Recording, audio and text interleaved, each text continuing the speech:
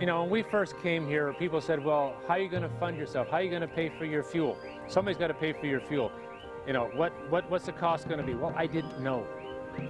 Gas fuel here is expensive. Maintaining an airplane is expensive. But we told the Lord, if you want us here, you're going to have to provide. We had a little bit of assets left from the sale of our house, and we figured, well, our accountant in the States said, well, if you're lucky, it'll last you 6 months, and then you'll be back in the States. And I said, well, if that's what the Lord says, that's fine. And we put it on the table. If that's what the Lord wants us to use it for, then we'll use it. Retirement, that's the Lord's problem, whenever that comes, if it comes. I don't know, the first 3-4 months, we lived in half of one of the thatch roof huts. We didn't have running water, had a light bulb. When we first got here, the switch didn't work. They turned it on with, 2 bare wires together. And one night, the wind came, blew off the roof, and it was raining at the same time, so we got up at 12 o'clock at night, went outside, got a tarp, covered our bed. That's it, we go to bed. But for the first little while, it felt like we were camping all the time.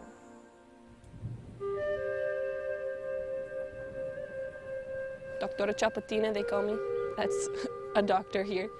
And I'm pretty much the person who cures everything, even though I don't know how.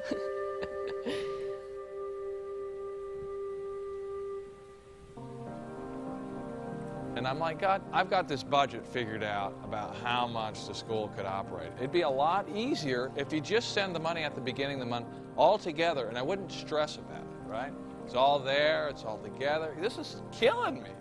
You know, you're going to do it anyway, so why don't you just do it this way, and that'll work better, don't you think? We have to depend on God, because sometimes we even have for the food, but my friend have for money for get some food, so he gets food for me. But maybe tomorrow I have money to the food and he don't have it, and we work together as a team. And nobody do this for money.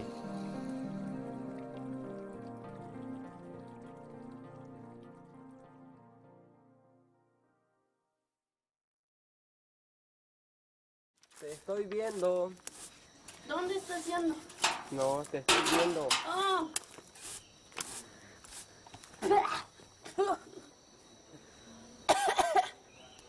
¿Y cómo limpian eso normalmente? Así. Así nomás. Oh, bien. Bien, bien. The reason I'm here is because I've always wanted to be a missionary. I have a friend, her name is Melissa Harding.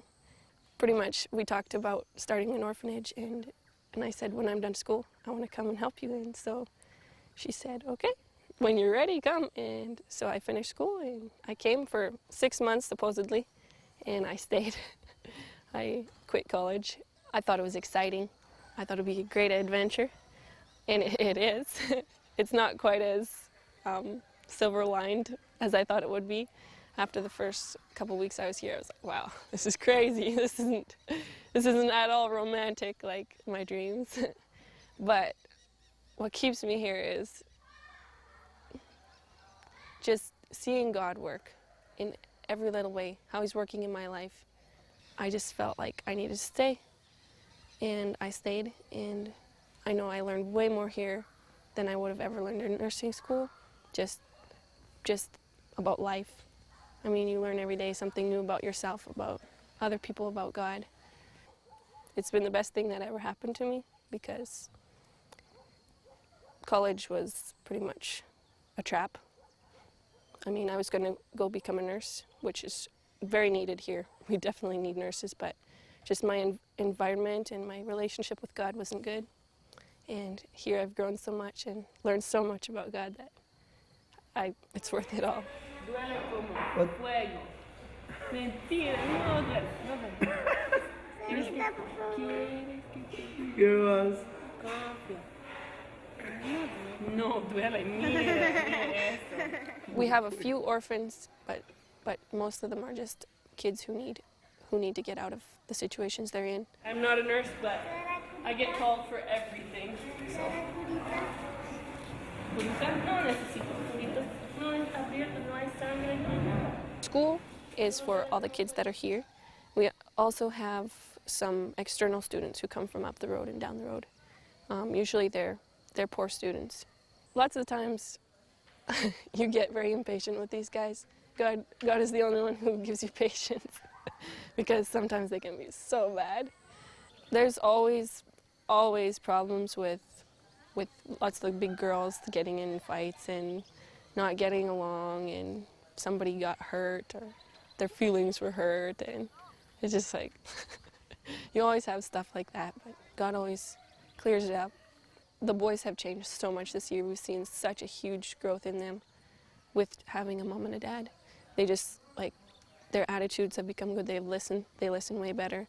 Little Salvador, you'll probably meet him. He just, like, he's changed so much.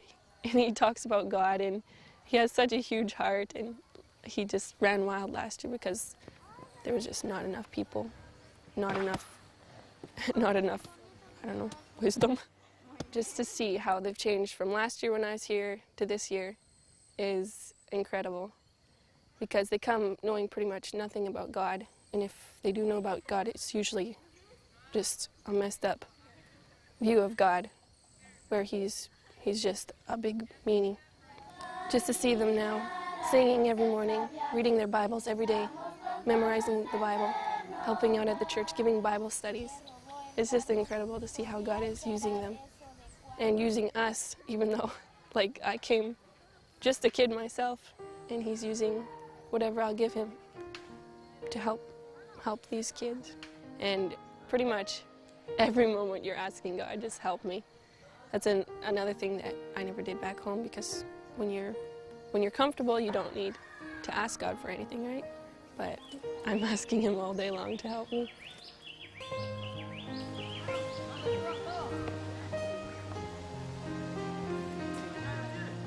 I come from a background where I didn't like to read. School was just a playground. I was a goofball. So, in effect, when I graduated, I didn't know anything. I barely passed.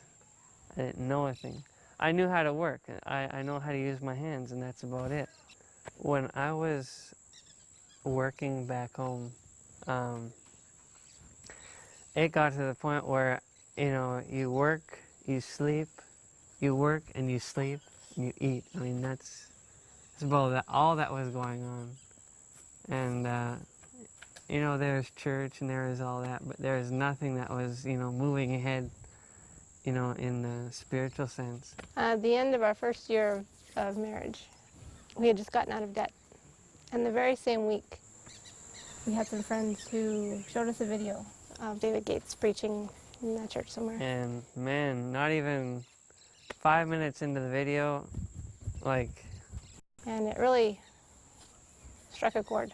And I says, come on, wife, let's go home. We gotta go. You know, let's get down on our knees and let's pray to God. If this is his will for us to do, to go and be missionaries, let's do it. You know, we're nobody. My wife is a secretary, I'm a carpenter by trade. So what can we do? But we got on their knees and said, you know what, God, this is all yours. When we got a call back and saying that, yeah, we can come, you know, we gave up everything, jobs and everything. It wasn't only because it was exciting. It's because we wanted an experience with God, like a life that experiences faith, to see God actually work.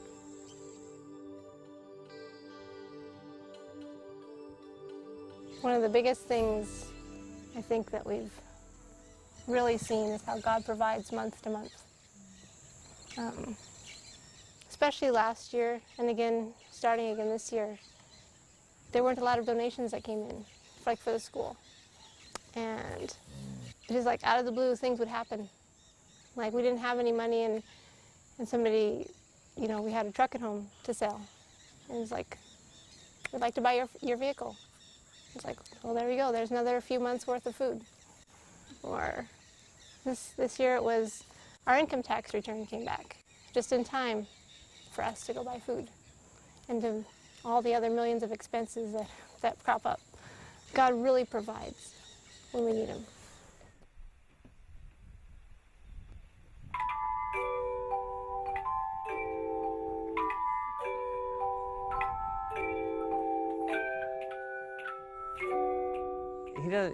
He doesn't give us more than what we need. He just gives us what we need to keep going. It's also cool to see our students experiencing the same things.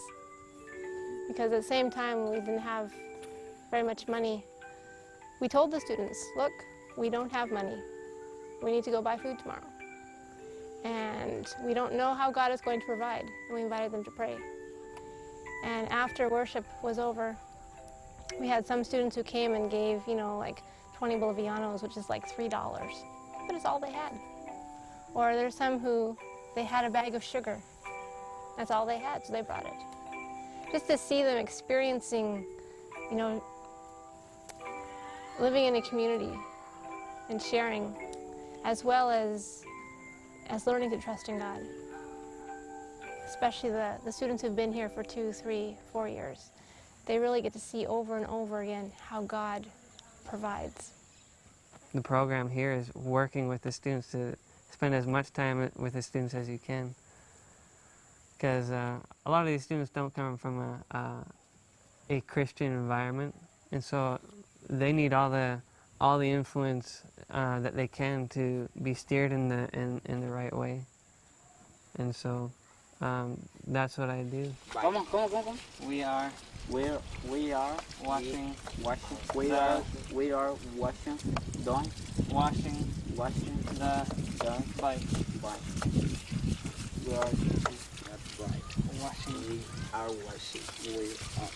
The big thing is being happy. When you work, you be happy, and that changes, every day.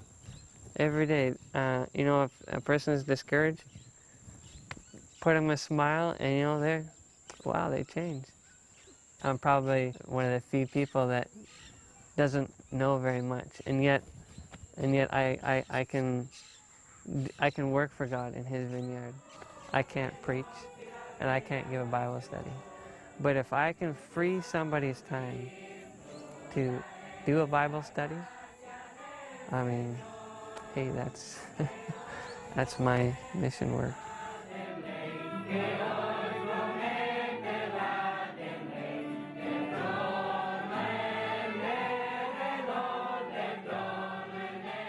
One day I just decided to leave my country, quit my home, and I moved to the States. At the beginning, everything was like pretty good over there. The first months, nobody knows me over there. With the time started go by, and I start making the same bad decisions that I made on my country. Car accidents, motorcycle accidents, alcohol, some drugs sometimes. So I start to feel like very depressed and very bad about it, because I thought, well, I can do nothing good. I mess it up on my country. Now here, I move here trying to make the things better, and I already mess it up here. I start looking for God one day. I went to church. I start to go all the weekends, all the Saturdays to church. They were asking for missionaries. And I start thinking, I start to looking for a place where to go, and I start to fill out applications. But all the places they ask me for a reference, for a pastor, for a church, something like that. And nobody give nothing for me. If I call a pastor to give me a reference, they will never do it. So I start to feel bad again. I said, well, this is all my fault, because I make really bad decisions on my past. So maybe I'm too bad that nobody will allow me on the mission field. One day I found Red at Avenir on a website, and I write the application. A few days after that, they answered me, and they told me, well, right now we need translators. No, we don't have job with construction.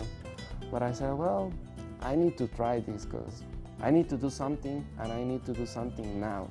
Because if I wait more time here, maybe I'm gonna lose this fire that I have right now. Maybe I'm gonna lose my goal, maybe I'm gonna lose my target. So I come here. It's a new life for me. That's why I'm in love about this. That's why I can go out from the mission field, because I feel I find the real reason for living here. He's providing all the dreams, all the desires of my heart here. Things that I never dream about it, but I feel happy.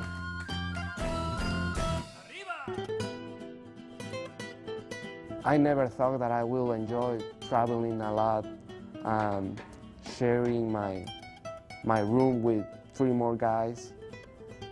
That was hard at the beginning, but now it's just awesome. I have like really good friends. Sometimes we start like talking, and it's awesome. I never had friends like that before. You know, we are a team. Like, I don't know nothing about computers, but God gave me a lot of friends here that they are really good with computers. I don't know nothing about other things like preaching or giving Bible studies, but I learned here, and that's one of the activities that I enjoy the most. I gave my first Bible study here. I preached the first time on a church here, and I don't know what else God can do with me. I don't have idea.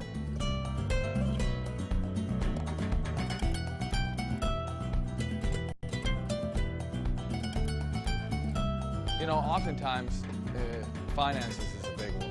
I'm a budget guy. I went down and people said, hey, how are you going to go down and be a volunteer and survive? How do you survive as a volunteer? You know, it's kind of funny. It was tough for me really at first. And I'm a whiner. I whine to God all the time, right? And we get this statement in that shows us our donations every month that came in. And I hate opening the email. I'm always afraid. What am I afraid of? Right? That there won't be enough for the month. So here I am telling God how to handle His money. You know, we oftentimes have a lot of advice for God, by the way. I always do. I'm always trying to tell God how to do things. So here I am trying to tell Him how to do it. The next morning, I go to bed and I wake up in the morning, and God's like, you know what, Jeff, while I'm reading my devotion, why don't you figure out how much I'm sending you then? You know, you're griping about how much you're getting, and you want $1,500 a month every month at the beginning of the month. And that would just cover food and gas for the schools, right? So He's like, why don't you figure out how much you're getting? So I went into my little book there, my notebook, and my counting software, and I said, okay, well, let's figure it out. So I went from January to November, added up all the money that went through my hands. It ended up being $5,000 a month. You see, I'm such the great accountant, I had my budget all figured out, but God knew that I needed way more than a measly $1,500 a month. He's like, Jeff, hey, I'm doing way more than that for you. Quit your whining. Are you working on that? Here, let me help you get your shoes off, and you can just stand right up there. Stand a little bit. You can watch right from there. Okay, be real careful, okay? Oh, I work on this. Okay, let me point to something that you can work on. You can work on this. Okay? Yeah, work on that. Do I need to work on? Okay, work on right here. Work on this. Can you work on that? Kind of poke your screwdriver in there? Perfect. Thank you. That's a future mission pilot in training. This is a miracle plane. You know, in the aviation world, there's no perfect airplane, and there's a lot of different opinions about, you know, what is the best airplane. You know, so I found it. We went and saw it. I went and looked at like 3 airplanes, and this was the best one I found. And so I made a $2,000 deposit. That's all I had. I didn't have any more money to make a deposit on it.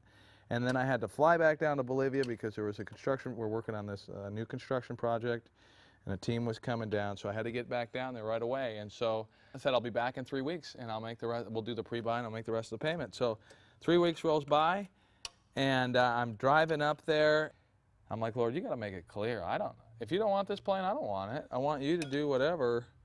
And I don't have any money, so you could do that. Well, that day, I get a phone call from somebody who says, hey, you know what? I want to help out with, 20 grand towards your airplane. And I was like, you know, Lord, thank you. You answered, you know, my prayer. I said, okay, left him the $20,000 as a deposit, a real deposit, and I said, we'll finish paying at the end of April, the end of the month of April. So April rolls around, you know, we've got a week into it. I'm like, Lord, you know, you have provided the 20, you can provide the rest. And so, anyway, there was a man, this thing is just not doing. Hold on, let me just kind of pay attention to what I'm doing here just for a second. Okay, hold on, little girl. I need to grab another tool. Can you just, is it bad if I break in and out?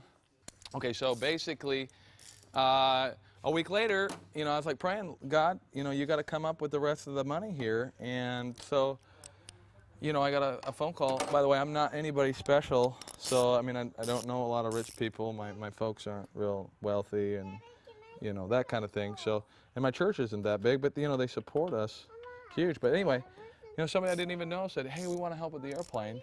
And they sent us a check for $50,000. So that got us one step closer. Here you go. And then basically, you don't want that tool? We're here. What about this tool? You want that one? Okay. Okay. Well, anyway, so basically, you know, some other donors, and it kind of came together between a little bit of a loan and a lien, and we're pretty much.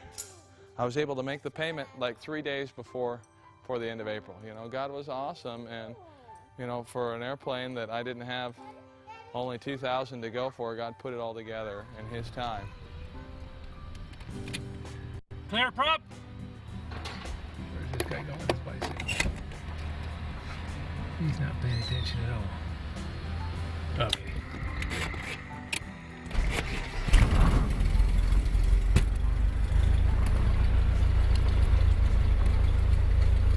He was looking online and he saw some volunteer positions flying, and we said, oh, that would be cool, because he always wanted to fly and be a bush pilot. I mean, he was a pilot already. We always had this desire to return to the mission field, but we never thought of going self-supporting. We thought we'd do that once we retired and we had our pensions and we had Social Security and income from investments, then we could go self-supporting and just, you know, different places, short-term type things. Well, that would be fun. Well, we're not close enough, old enough to retire yet, so that was off the horizon. But little phrases, little paragraphs, little statements throughout the course of a couple of months, the same things seem to keep just jumping out like a little flashing light to me. Sell out and follow me. Give up what you have and follow me.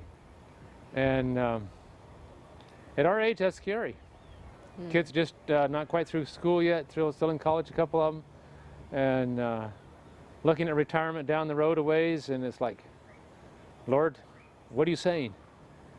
And so we went to Venezuela first, and we came here, and we've been over 2 years now without a paycheck. Our philosophy is, as long as the Lord provides the money, we're going to do the best we can to provide the service that we can to those that are in need. And so far, He has not let us down. And it's been over 2 years. It was not like we have committed donors. We don't. We have a handful, a very small handful, and a lot of times it's people we've never heard of. We don't know why the money comes, but the Lord does. And some months the amounts have been up, and usually when that happens, the bills go up. Some months it's been pretty skimpy. And in fact, as we had one here a couple months ago where I knew it wasn't anywhere near enough to cover just the fuel for the airplane. And I said, Lord, what do you want us to do? And we just kept buying gas. We kept buying supplies for our schools, for our bio workers, paying their stipends. We just kept paying the bills. As long as there was money in my pocket, I kept buying the gas. As there was money in my pocket, I bought the food. If there was money in my pocket, I paid for the stipends. And Tony kept asking, where's the money coming from? And I said, I don't know, but I still got money left in my pocket to buy gas for tomorrow's flight. That's all that counts. See, I was keeping track of all the money in the computer, and I kept checking with him. How And much she money said, do you have? there's no money left. You've already spent everything. And I said, but there's still money in my pocket. Have you ever read the story of the widow with the oil and how it just kept coming and coming and coming? That's how it's been. And we told the Lord, if you don't want us to fly, if you don't want us to do this job, all you do is drop the money. Ready? Clear front.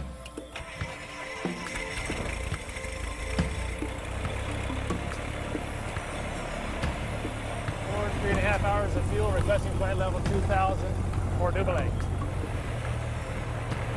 We feel so strongly that God wants us here. He wants us doing what we're doing. That He will tell us if we're not supposed to be doing that, and we just put ourselves in His hands. And if something does happen, we're doing what He wants us to do, and that's what counts. I see bad weather ahead. I tell the Lord, if you want me to make this flight today, open up the weather. And over I have seen the Lord part the clouds, and there's a clear path right where I need to go. And it has just been awesome to have that connection, to see God's hand move on our behalf, to move on our project that we're working on here to help people. And when you see that happening, it does something for the soul that a 9-to-5 job in the States will never do for me again. It's been tough losing our friend Bob Norton and his wife and the people that were with him. And the other pilot that went down 3 months before that we'd also worked with in Venezuela, who died in Canada in a plane crash. It's been very, very difficult because we're doing the exact same things they were doing, the exact same thing Bob was doing. He had a lot more hours, a lot more experience, a much better pilot than I am. But Bob felt the same call that we do, that God called him to do the job. And we have been called to do the same job. And yes, it's tough. Emotionally, it is tough to deal with that. And we see what it's done to his family. We've seen what it's done to his friends. And we don't want to do that to our family. But we have told our family before we ever came down here that if something happened, don't blame God. We realize the risks are very high, but when you're doing God's work, it doesn't matter because it's up to Him. The responsibility is now on His shoulders, not on mine. And that makes all the difference for us.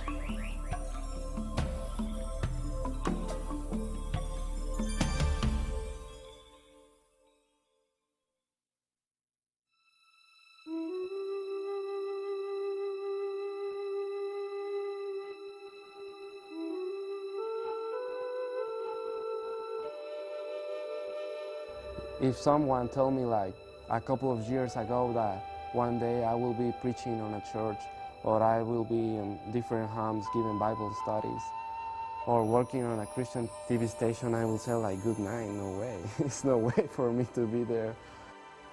But God, He can give you a new heart. And here is a new beginning.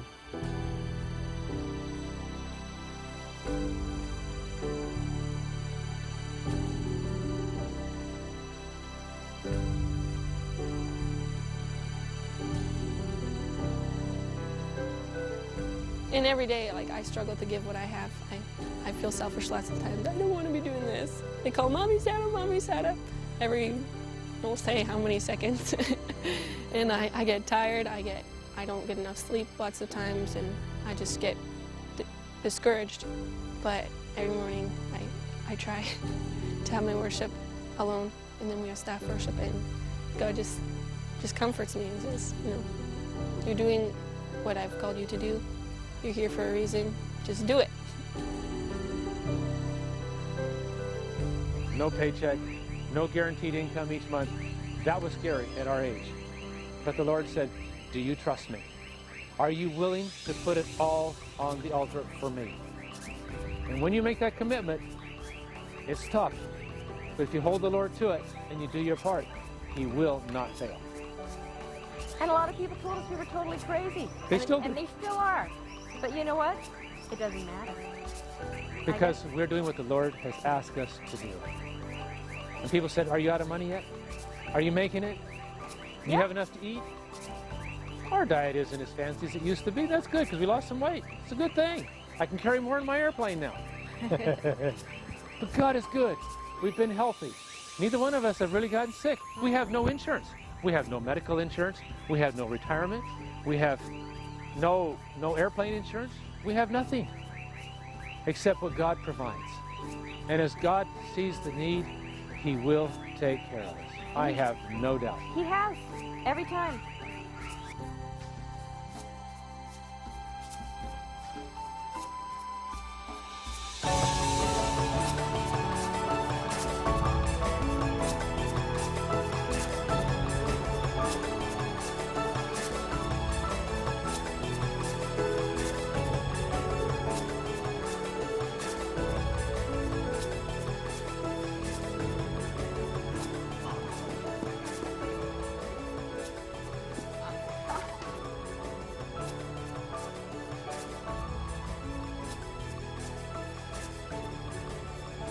when I go back home.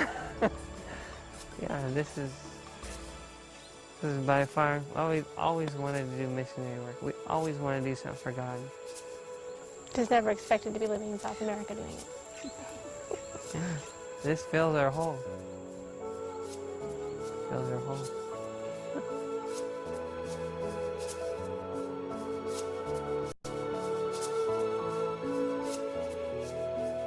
Hebrews 10 talks about, but you have need of patience, that after doing the will of God you may receive the promise.